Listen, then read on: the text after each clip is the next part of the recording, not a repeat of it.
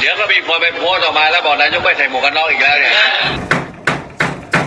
ไม่มีพลาดเลยไม่มีแตกด้วยให้คนรู้ว่ามีทหารด้วยนะแบบนี้ไม่ทำอะไร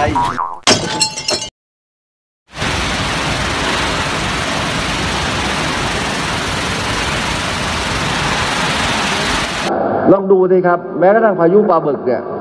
มีความเสียหายน้อยที่สุดจากที่เคยเกิดขึ้นมาก่อนเพราะอะไรเพราะก็ค่อยๆสลายตัวค่อยม้วนหน้าม้วนหลังม้วนลงม้วนล่าง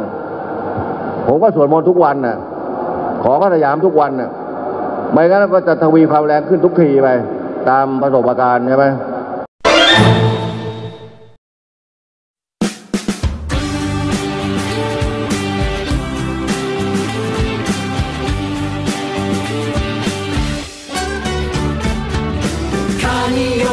ดีๆต้องมีในหัวใจ